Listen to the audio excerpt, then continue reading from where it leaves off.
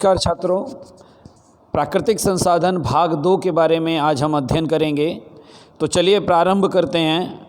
देखिए यहाँ पर दिया गया है संसाधनों का आयोजन एवं संरक्षण, यानी संसाधन जो हमारे पास सीमित मात्रा में उपलब्ध हैं उनका उपयोग हम किस नियोजित ढंग से करें और आने वाले भविष्य के लिए उनको कैसे संरक्षित करें, इसके बारे में आज हम जो है अध्ययन करने वाले हैं। तो चलिए प्रारंभ करते हैं। देखो यहाँ दिया गया है मनुष्य की आवश्यकताएं अमर्यादित हैं। हमारी जो आवश्यकताएं हैं उनकी कोई सीमा नहीं है, जबकि प्राकृतिक संसाधन मर्यादित हैं। हमारे पास इन इच्छाओं की पूर्ति के लिए जो संसाधन होने चाहिए वो संसाधन हमारे पास क्या हैं, सीमित मात्रा में उपलब्ध हैं।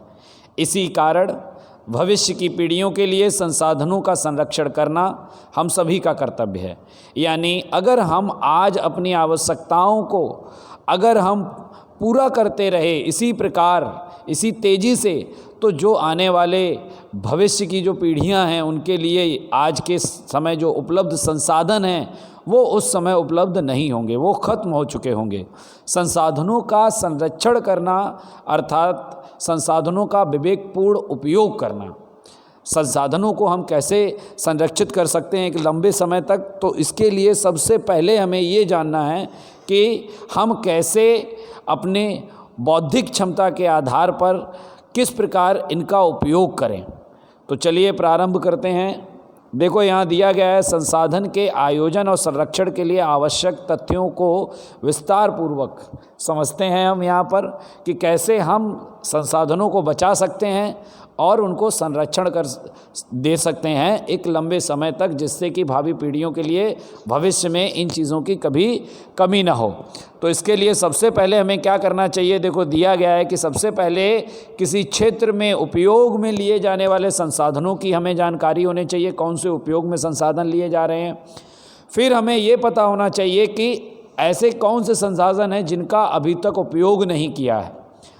इसके अलावा हमें वहाँ के जो भी प्राकृतिक संपदा है उसको देखकर ये भी अंदाज़ा लगाना है कि आने वाले भविष्य में यहाँ पर संभावित जो संसाधन हैं वो उपलब्ध हो पाएंगे या नहीं हो पाएंगे। तो 3 चीज़ों का हमें यहाँ पर जानकारी लेनी है और उस पर गौर करना है, उनकी विशेषता के बारे में जानकारी प्राप्त करनी है कि कौन कौन से संसाधन हैं जिनको यूज़ किया जा रहा है, ऐसे कौन से संसाधन हैं जिनका उपयोग नहीं किया जा रहा है, और संभावित संसाधन यानी ऐसे संसाधन जिनको हम विकसित कर सकते हैं आने वाले समय में, इस बारे में भी उस क्षेत्र के बारे में अच्छे से हमारे पास जानकारी होनी चाहिए। चलिए नेक्स्ट पॉइंट देखते हैं। देखो दिया गया है जिन संसाधनों का प्रमाण मर्यादित या अनवीकरणीय है उनका वैज्ञानिक रूप से दोहन करना चाहिए और उनका उपयोग अनिवार्य हो तभी करें। कहने का मतलब यहाँ पर ये है कि अगर हमारे पास किसी संसाधन की सीमित मात्रा है, ठीक है, तो हमें उसका वैज्ञानिक रूप से क्या करना है, उपयोग करना है कि कम से कम वो क्या हो, आपका ख़राब हो। जब वो बहुत ही ज़्यादा अति आवश्यक हो तब हम उस संसाधन का उपयोग करें। तो इन चीज़ों को हमें क्या है, जो मर्यादित मात्रा में उपलब्ध संसाधन हैं उनके लिए वैज्ञानिक रूप से हमें उनका उपयोग करना पड़ेगा। चलिए नेक्स्ट देखो दिया गया है जिन संसाधनों की मात्रा बढ़ाई जा सकती है उनके विकास के लिए प्रयत्न करना चाहिए। हमारे पास कुछ संसाधन हैं, अगर हम उनको बढ़ा सकते हैं तो हमें क्या करना चाहिए, बढ़ाना चाहिए उनको। कहने का मतलब यहाँ पर ये है। आगे देखो नेक्स्ट पॉइंट में, जो संसाधन वर्तमान में सरलता व सहजता से उपलब्ध हों उसे बिगाड़ने के बदले भावी आवश्यकता के लिए मित व्ययितता पूर्वक बचाना चाहिए।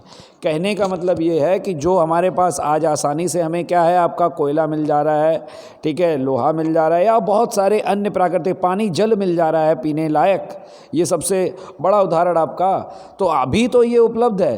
पर अगर हम इसका इसी प्रकार दोहन करते रहे तो क्या होगा, इसी प्रकार उपयोग करते रहे तो आने वाले समय में भावी पीढ़ी के लिए पीने योग्य पानी नहीं बचेगा।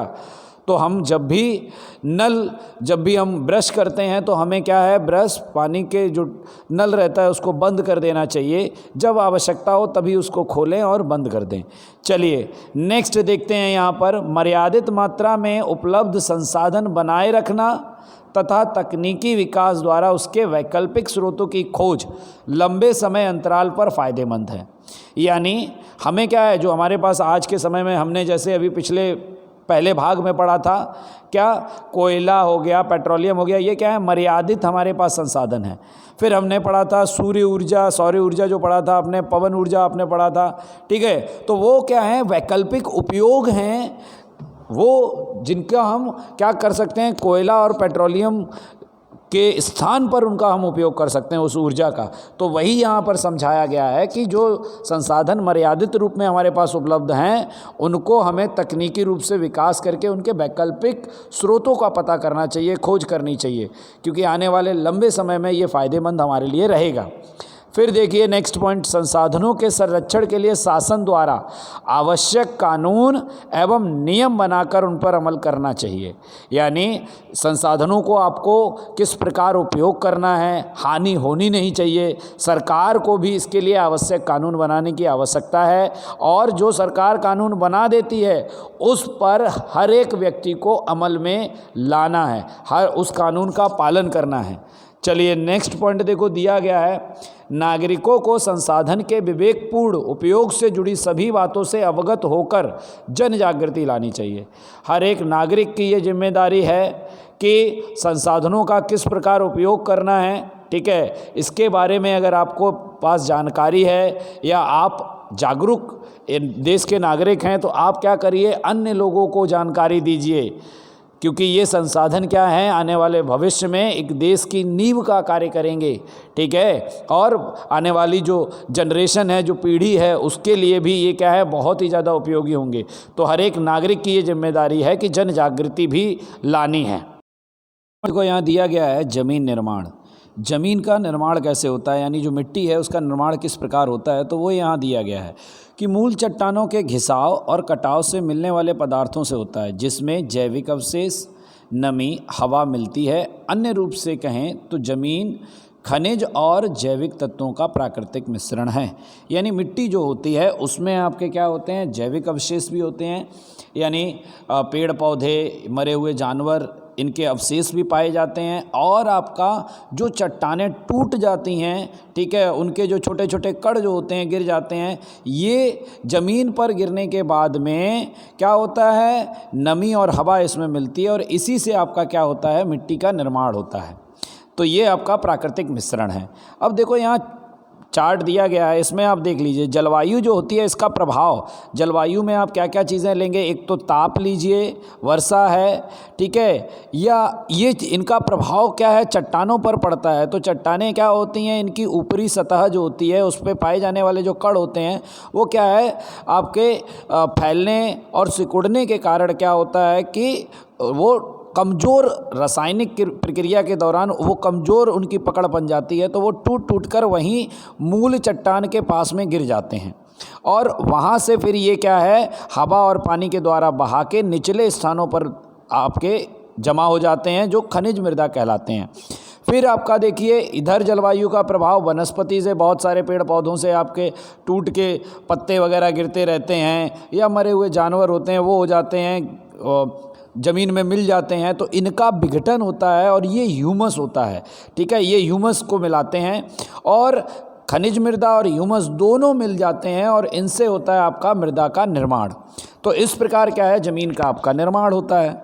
चलिए नेक्स्ट स्लाइड पर चलते हैं। अब देखिए यहाँ दिया गया है जमीन, जमीन किसको कहते हैं, तो पृथ्वी की पपड़ी की सबसे ऊपरी सतह या स्तर, जिसे हम ज़मीन कहते हैं, और इसमें क्या होता है, वनस्पति की वृद्धि और विकास के लिए आवश्यक खनिज द्रव्य पाए जाते हैं और जैविक द्रव्य होते हैं। तो इसको यहाँ देख लीजिए, मैं ब्रश से यहाँ समझा देता हूँ आपको। देखिए ये जो है ऊपरी सतह जो होती है, ये जो आप देख रहे हैं, जिस पर ये घास देख रहे हैं आप, ये क्या है, सबसे जो ऊपरी जो का स्तर है, ये वाला स्तर जो है यहाँ पर देखिए सॉइल प्रोफाइल में।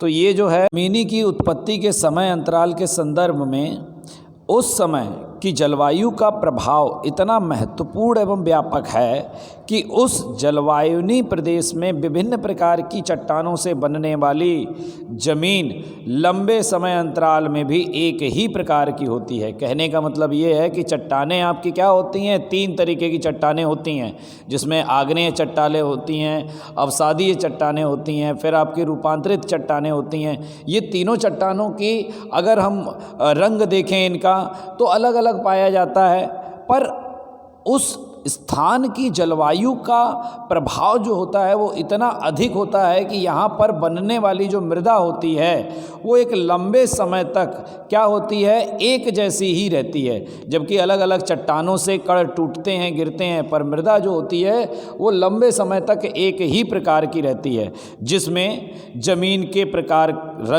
रंग है वो एक जैसा रहता है। जलवायु, मात्र चट्टान, कण रचना, उपजाऊपन जैसे तथ्यों को ध्यान में रखकर किया जाता है।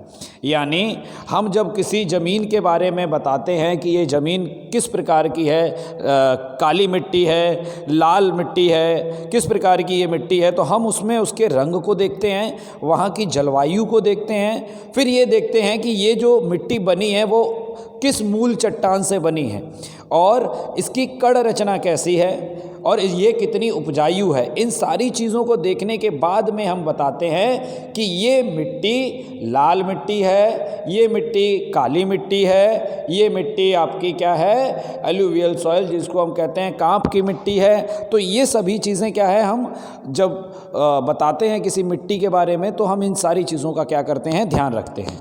चलिए नमस्कार, ये इस प्रकार हमारा जो द्वितीय भाग जो है वो आपका समाप्त होता है।